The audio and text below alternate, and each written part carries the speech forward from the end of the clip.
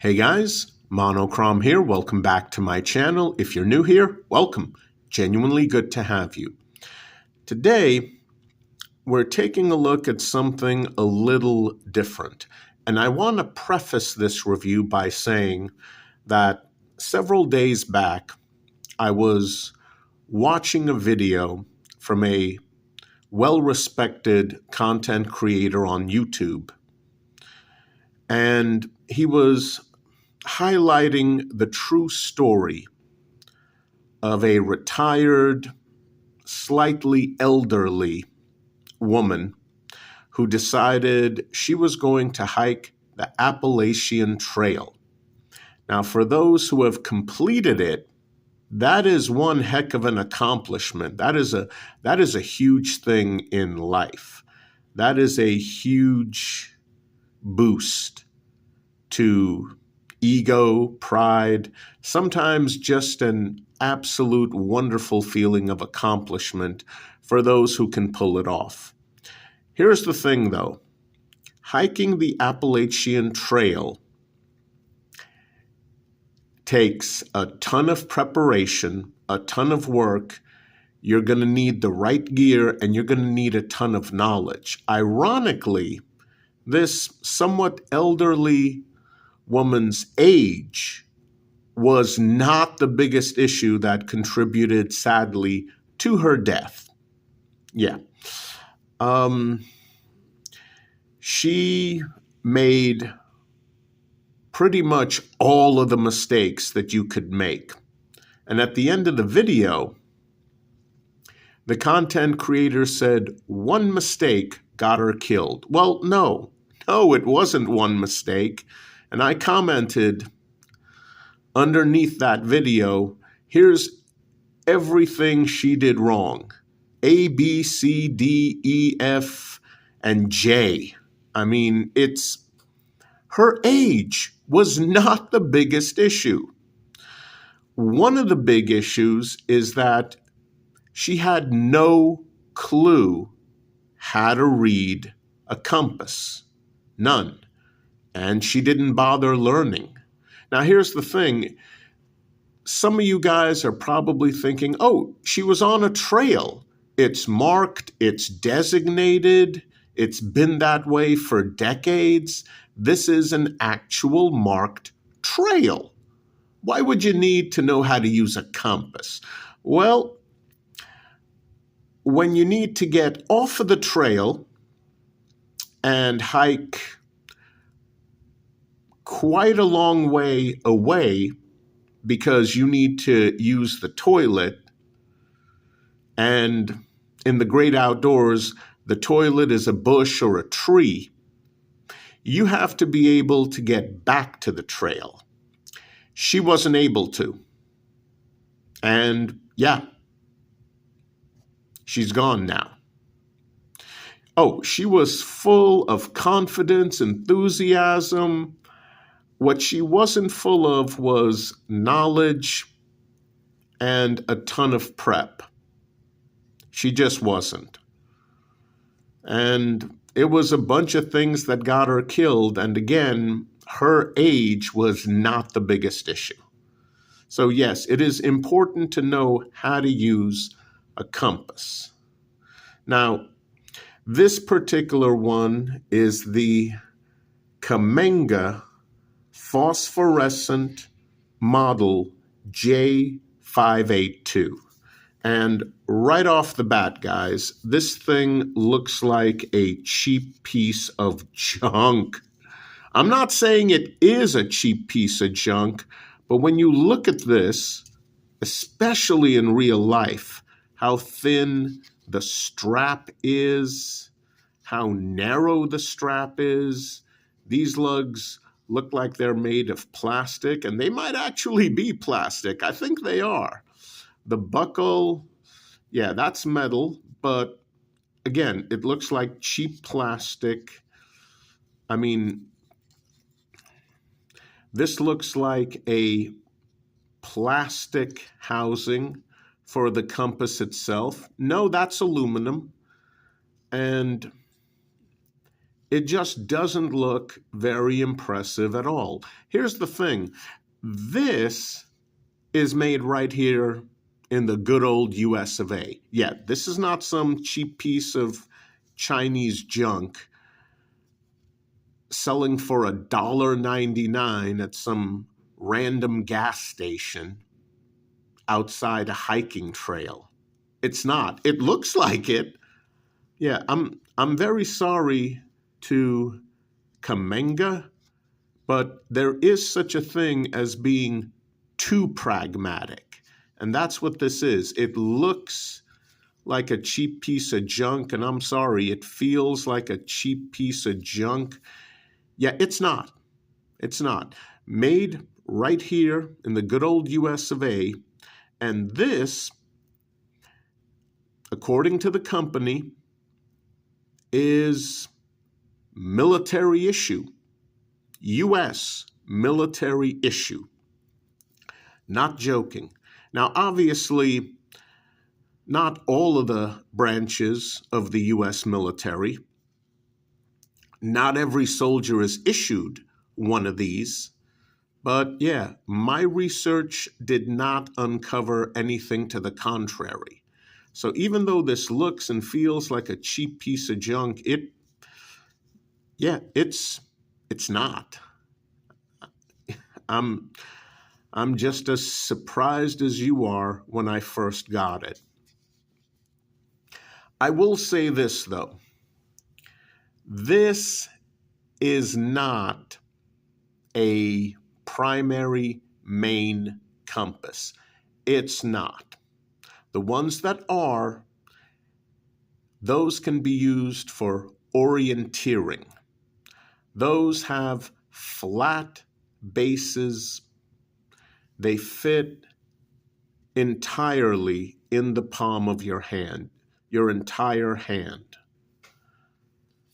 They're not this small, they're not this compact. However, this is an excellent backup compass to your main compass. Obviously, use your main compass, use it with a map.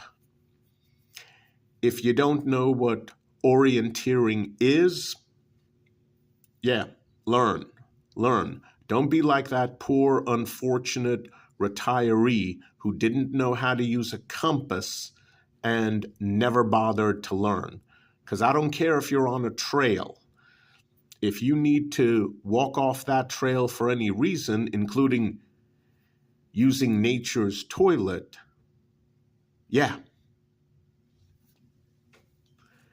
you will need a compass, possibly a map and compass, to help you find your way back to the trail. Just because something is a marked trail does not mean, oh, I'm good, I'll just stay on the trail. No one uses the trail as their toilet. Everyone walks off of the trail. And there might be other reasons why you might need to move off of a trail, especially here in America where we have bears and other predatory animals. What are you going to do? Stay on the trail? If you see a mountain lion or a bear slowly ambling towards you, no, you're not going to do that. So definitely, you need a proper compass and you need a backup compass. And if you're a civilian, this makes a really good backup compass. Guys, as usual, there will be some specs in the description box below. Check that out when the video is over. Another thing I want to address is that this is not a liquid-filled compass. And the thing with a liquid-filled compass that is this small overall, or even smaller in diameter, it gets a bubble inside, and it becomes pretty much worthless as a compass because that bubble is going to interfere with the needle. However, liquid-filled compasses, the quality ones, those are really worth buying. Absolutely. This one is not liquid filled. Now, at first, that might seem to be a huge issue, but again, keep in mind, U.S. military issue. So, instead of liquid, this thing, let me just check my notes real quick. Yeah, this thing uses a copper induction dampening ring instead to stabilize the needle quickly when you need to use it. Apparently, there are advantages to that. For example, you don't have to worry about the compass fogging up on you. You don't have to worry about a bubble. Can't have a bubble if there's no liquid inside the compass to form a bubble. So that's good. And you don't have to worry about this freezing. Now that's according to the literature. And again, U.S. military issue. Apparently it works from -50 degrees Fahrenheit to 150 degrees Fahrenheit. Now that's impressive. That is impressive. I want to read the back of the card that came with this thing. Normally, I don't do that. Actually, I've never done that on my channel before, but I'll make an exception for this product. Lightweight and accurate, the Cammenga phosphorescent wrist compass model J582 provides easy on-the-go referencing for land navigation, constructed with a machined aluminum casing for durability in the most demanding conditions. Easy to read 10-degree phosphorescent graduations become luminous after brief exposure to external light for visibility in low light conditions. Includes a heavy-duty nylon wristband. Well, obviously that very last part is BS. I'm sorry. This is not even remotely heavy-duty. No. That is laughable. Everything else, part of the description from the company makes sense. That last one, no. I have a small collection of wristwatches, and yes, I do have one-piece nylon wrist straps, and as you can see, this is a one-piece strap that goes underneath the lugs and underneath the back of the case for the compass, which is great because that means when this is on your wrist, unless you accidentally cut off the strap, this is not falling off your wrist. But again, it just looks and feels so horribly cheap. And this is one time where, yes, it is horribly cheap because I have seen wider as well as thicker nylon one-piece straps. This is one sad strap. I'm sorry. This is not remotely heavy duty. But the rest of the company's claims, yeah, absolutely. And you can definitely use something like a flashlight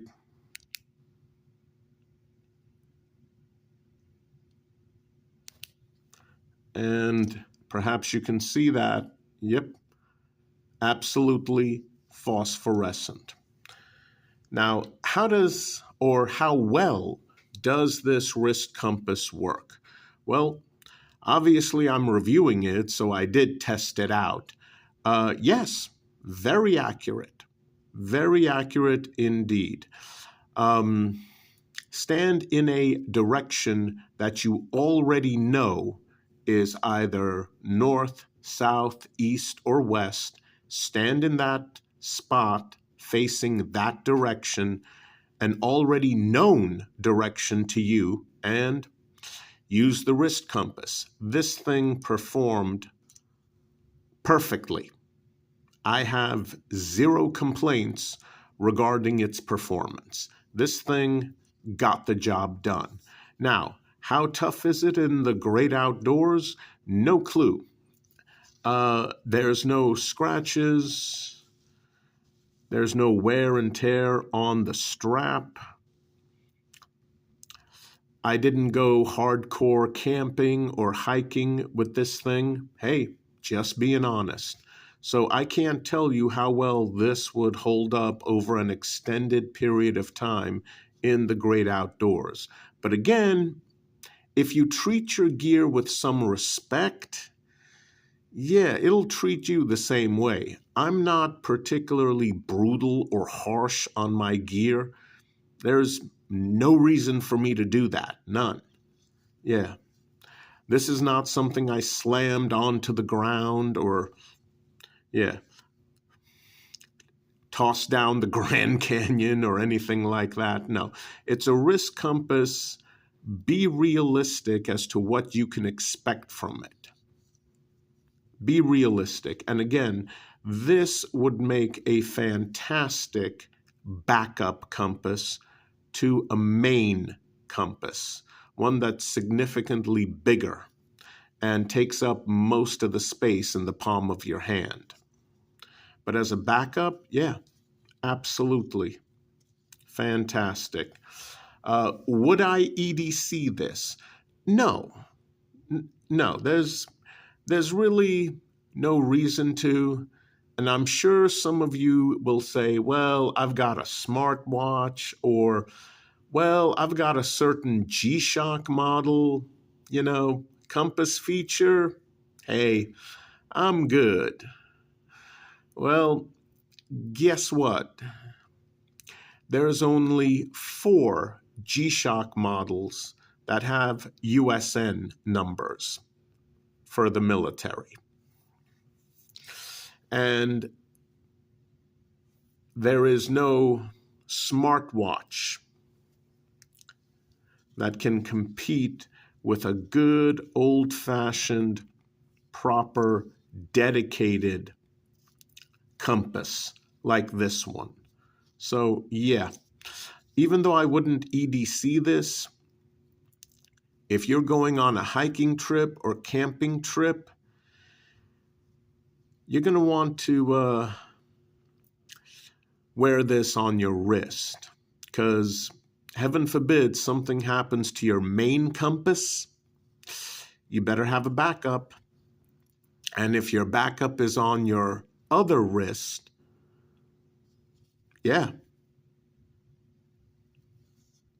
And assuming you know how to read a compass, well, there you go. So I guess you could EDC it, but in an urban setting, it's really not necessary, even in a suburban setting. But yeah, a dedicated rural setting, camping trip, hiking trip, especially hiking, yeah, this will definitely come in handy and useful. You're just going to have to learn to put up with the fact that, oh my goodness, it looks and feels cheap. It does. I'm sorry. It's not cheap. This is a functional tool. It's not cheap. It looks and feels cheap. Yeah, but it works. It's a great tool. And it gets a conditional recommendation from me.